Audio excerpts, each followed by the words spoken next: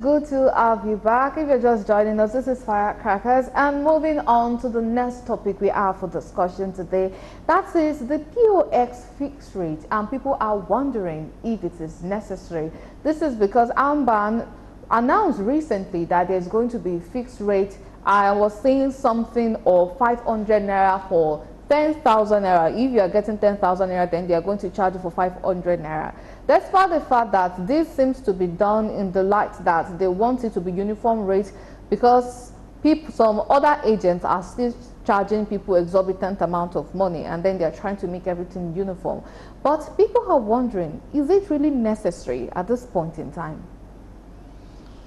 Well, I like that question. Is it really necessary at this point in time? Look at the economic situation of the country now. The fuel is on high side, and these are agents that we are living in the same country. Nobody paying their salary. We are going to the same market, entering the same bus. Are you getting it? And you don't want them to live a comfortable life with their business. Anyway, before I go that, look at it very well. As an association, you have right to regulate your members. We are not trying to compromise with the CBN regulation or the MMOs. This sector is into two. We have formal and we have informal. The formal are the likes of the MMOs, the licensed MMOs, the banks, and the super agents. But the informal, okay, we even have some. We can say we have semi-informal as well. The likes of the we call them trade partner or aggregators or business relationship manager or agent manager. Now we now have the informal sector, which are the common man out there seeing this as a business to earn a living. Those are the agents that deal with cash in, cash out, and we also have some merchants as well. Now, if you look at the category, I've tried to divide into three categories. Now, the formal sector, like I said, the mobile money license operator and the banks are being regulated by the CBN. Now, those are categorized as the semi-formal sector, at the like of business relationship manager or aggregator, or we call them agent manager. These people have exclusive that, okay, you want to deal with me as a company, you deal with me, so this is what I'm going to give you. So you don't have right to charge anybody for anything, because there is something, there is a package from the major principal that tells you if you can do this, you get this, and that's all. You don't charge anybody. But the informal, the agent out there, the SMEs out there that see that there are SME that are doing this as a business. Now, you don't dictate to them what they charge, but we have a benchmark that you can charge so amount. But during this cash crunch, you can see a lot of people took advantage of this and charged a certain price, and they refused to go back to the normal charges. So we look at it as an issue. We don't want people to be extorted, because I see that as it's just kind of trying to extort people.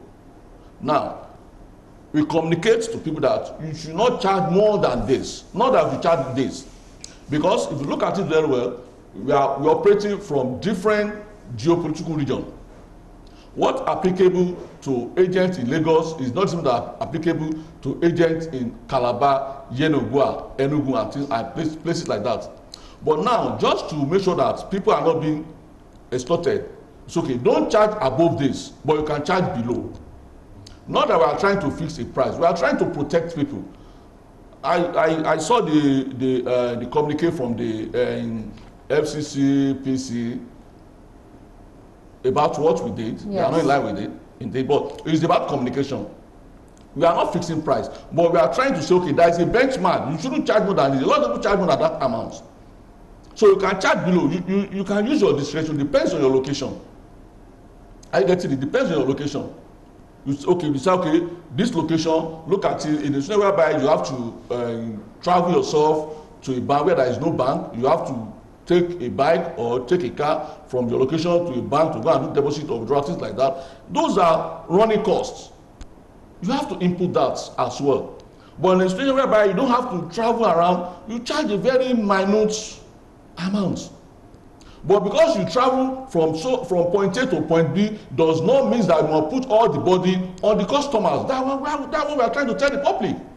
That there should be a benchmark. Don't charge more than this amount. I think is very, very considerable from our end. But people don't get the communication clearly, and that's why they are making all this noise. We are not trying to fix price for the MMOs or for CBN. It's just for our member.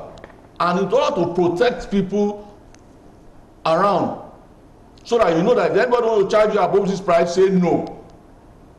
Are you getting that? So that's what it's all about. Now, nothing but that. Okay, because the Federal Competition and Consumer Protection Commission, that is the FCC, yes, their worry is that this would not boost competition, because if you want to charge 200 naira for 5,000 naira, I should be able to charge maybe like 400 naira for 5,000 naira if I deem it fit, without fear of, oh no, I am breaking a rule if I'm charging something separate from what my neighbor is charging. That seems to be the fear of FCCPC. No. Because, you know, normally as consumers, you would want to go for the one the lower price. That's so competition. Like, yes, so if there is a benchmark for the price, then perhaps people might not really have that option, because that's fixed price that is there. But then, as you clarified, it is not a fixed price, it is just a benchmark that people might be able to give whatever price they still want to the consumers.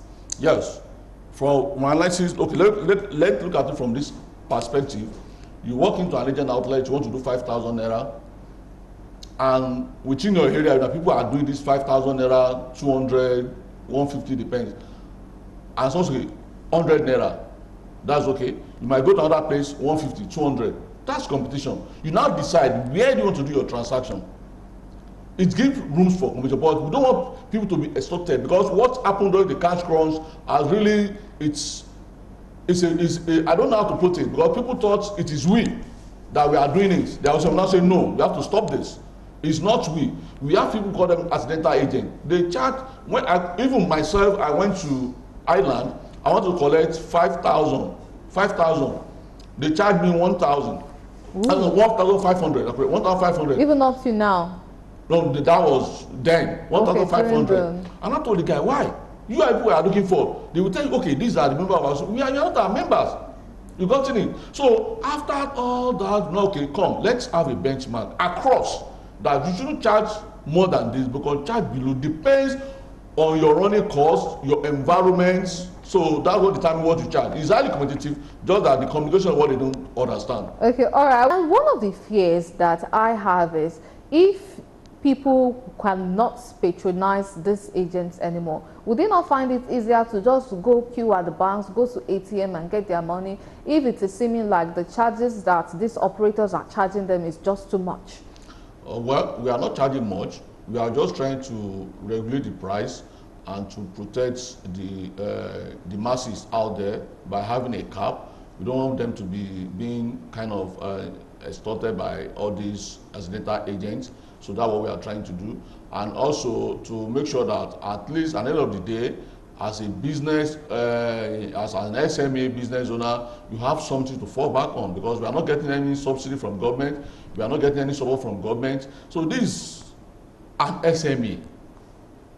Are you getting it? So, not that there is kind of special consideration or concession from the government. We don't have anything of such. And we are living in the same country, we are entering the same bus, we are eating the same food, that the price has been high. So how do you want us to survive? Assuming when we don't have agency banking, when we have mobile money, I could collect them when we start 2012, what we have then was mobile money. So all we do as an agent is to make sure that we educate people on how to use their app to do transaction, and when we onboard them, there is annuity that the operator gives to us, as they are doing, just like you are doing a transaction with your bank. They charge also amount. From that amount they are charging, something is coming to us, because we are not that on board those customer, I call them customer users, those users. So that time we don't have anything of agency banking, it's just mobile money. And people will be glad to use it on their app, some on their USSD code. You don't need a smartphone to do that.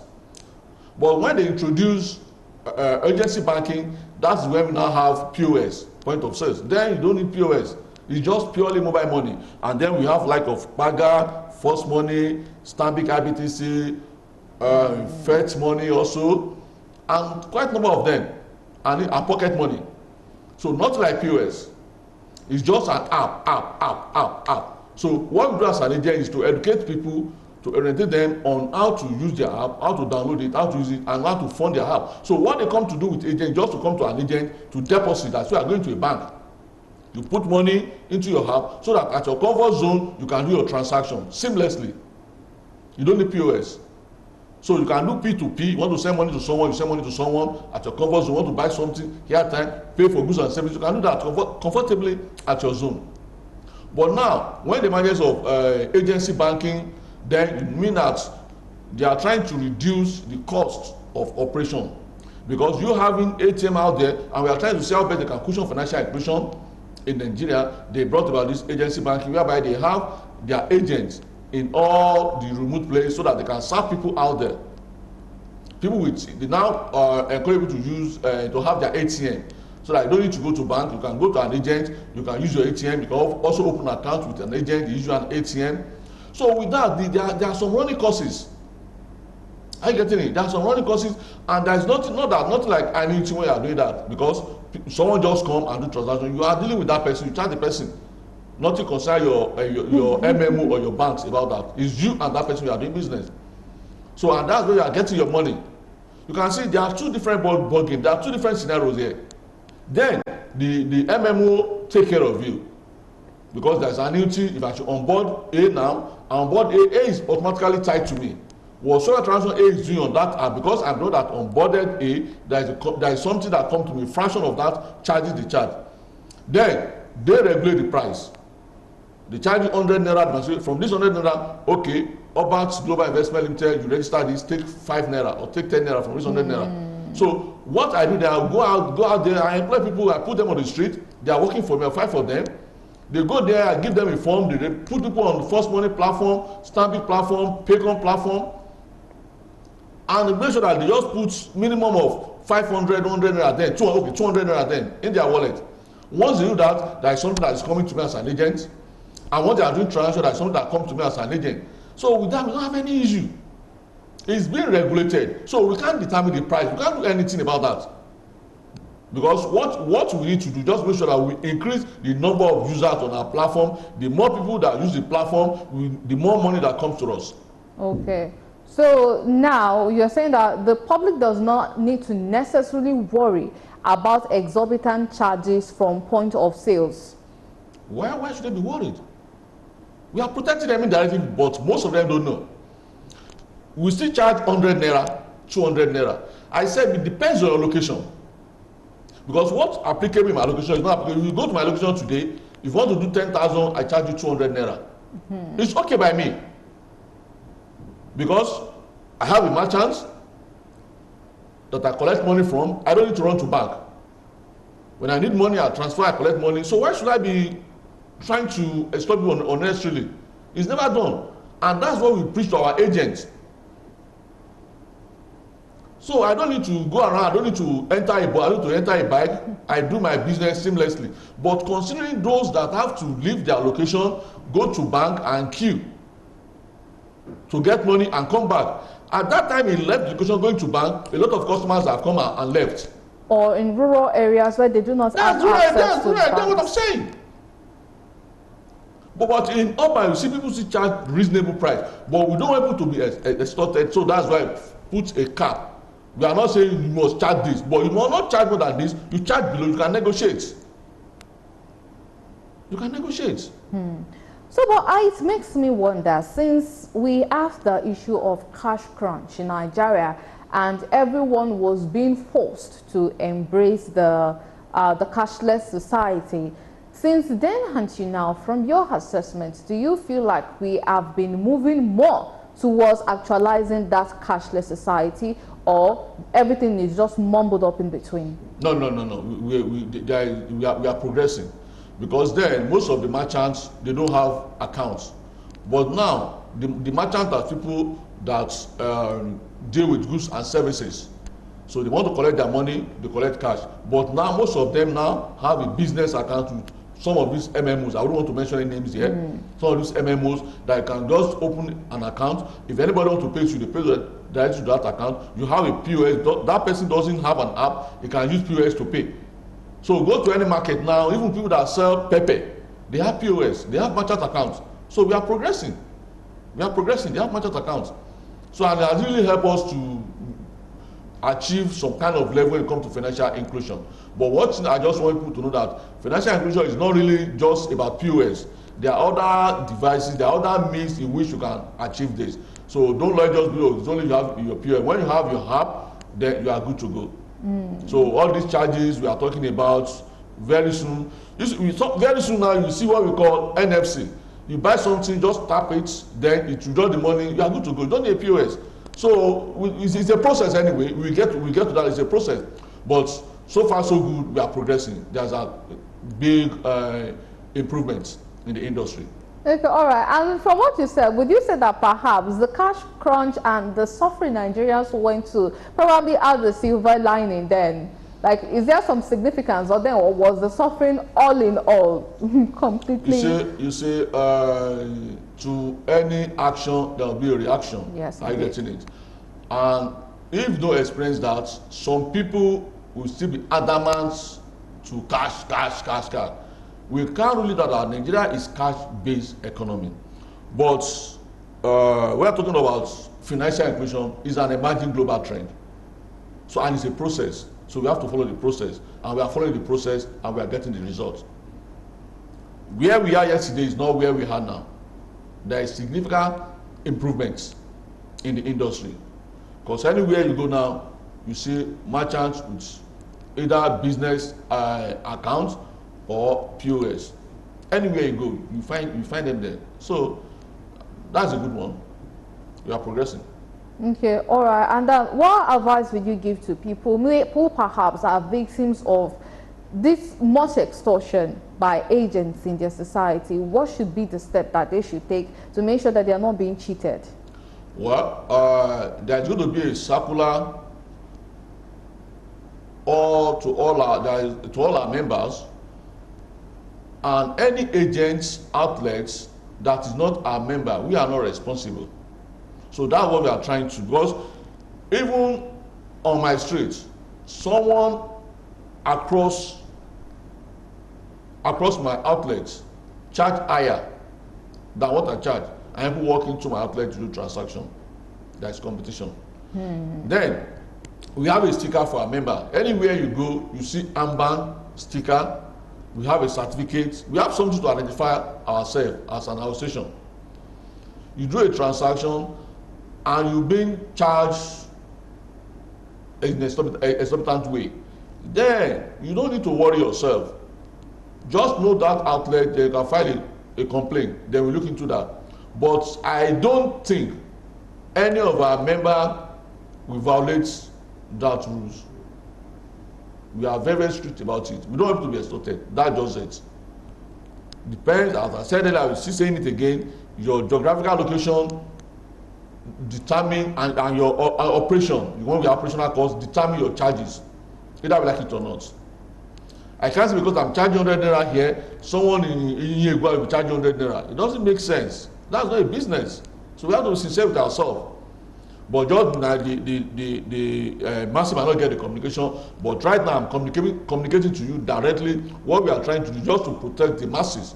We don't want them to be extorted by accidental agents. So that's why we have a cap. We are not telling you must charge, but that's a cap. You shouldn't charge above this. You can charge, you can negotiate. Depends on your operational cost and geographical area.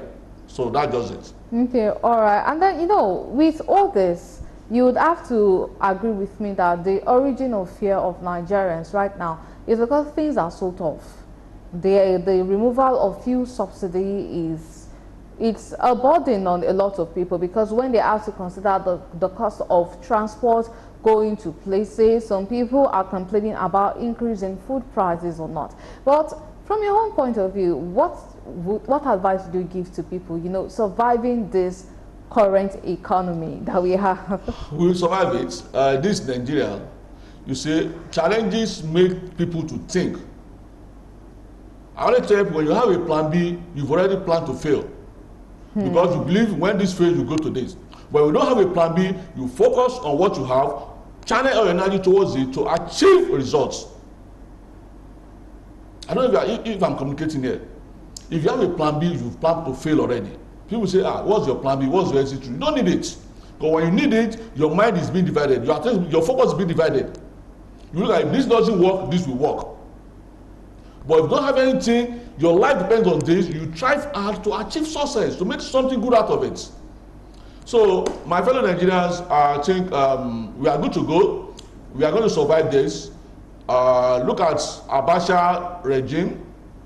A lot of people came up with different ideas. Abacha stove, Abacha this, Abacha that. We have been banned from going to World Cup. We don't relate to any international organization. And people think.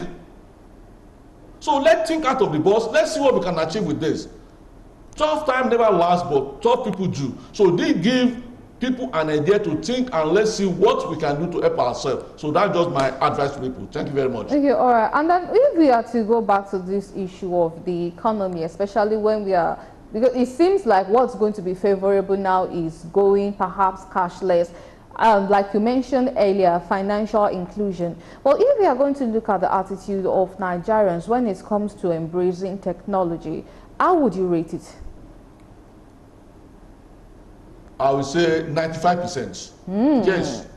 Go on internet, go and do your research. When it comes to embracing technology, 95%. Nigeria are very, very good at that. You see, new things attract people a lot. When something new come out, a lot of people want to see, have the taste, let's see how it works, things like that. To have the understanding. And then there's somebody say, oh, this is not what I expect from this, it drop. For instance, if a phone come out today, go to the Nigeria market, you see a lot of people with that phone. Because they want to see what's the latest technology on this. When it comes to adoption of technology in Nigeria, very, very good at that. Very, very good at that. But what we don't need to do when it comes to financial inclusion is just education. We want to educate people. We need to communicate to people to have a better understanding of what they want to use. If they have a better understanding of it, they will definitely adopt it. So that's the gap we are trying to fill. That's what we're doing to communicate to. That's why we don't have our symposium and annual conference to educate people, to educate people about financial inclusion at large. Okay, but do you feel the government too is doing enough when it comes to orientating people of the latest trend in town when it comes to financial inclusion and all? The government, as a regulatory body, they are trying their best to make sure that the licensed operators align with the rules and regulation. But the only area I think they are lacking and lagging is compliance. Because if there is compliance, we'll be having all these accidental agents on the streets with your umbrella, no kiosk, no office, just umbrella by the roadside. So compliance is what is lacking. Government are trying, but compliance is what is lacking and lagging in the system. Okay, and what about fraud? Because we've seen people who claim to have been duped by some POS operators. Like they would give them their cards, they would charge them, they would receive alerts. But then, as maybe when they are going on their way, they get multiple alerts that they've been debited so many times. What's the association doing in trying to curb that? Well, that's one of our advocacy, fraud and protection. We always make sure that we mitigate against fraud. Anything fraud, we don't do it. But some people compromise their PIN. Some people give ATM to their child to go and withdraw for them. And by so doing, that child have memorized that PIN, use the ATM when the mother is not, or go and use it on it, it depends on. But we, as an agent, we in fact, since I've been in this industry, we've never had any case of fraud, of agents being defraud a customer. It's never happened. What normally happens is that some people perpetrate fraud through agent outlets, not that agent defraud customer. And how does this happen? When a robbery somewhere or a stolen card somewhere, now take it to an agent outlet to make a withdrawal. But how would the agent know that you are not the one owning this owner of the card? So they only perpetrate fraud through agent outlet, not that agent defraud people. It's never happened. We never record such case. So far so good since the existence of our association. We've never recorded that. But people actually fraud through that agent outlet. Maybe a stolen card, they go to an agent. But now, thank God, we have some MMO that are putting a technology to checkmate that. If anybody wants to withdraw, maybe send money. What they do, they will send money to you. When they send money to you, you confirm, you will see the person's face. Once they send the money to you, you see the person face, that the person standing before you is the one that wants to withdraw this money, and you accept. If it's not the one, you decline. So the technology is in place already. And also, if someone comes with an ATM, wants to withdraw above 10, from 10,000 above, you take a picture of that person. But the challenge that people don't want us to do that, then there is a camera. Because that's what I say, all those people by the roadside, they don't have all these mechanisms in place. So there's a camera that captures that person's image when they enter, when they leave your. So if anything happens, the security officers come around, what they need to do, show them. That's what they only ask us, because we have a good relationship with the security officers. So they show them this person that collects money. Then let the person, there's a form, we have a logbook, you have to fill the form, your account number, your name, everything, you fill it there before you can now collect the money, because that's the rule from the CBN.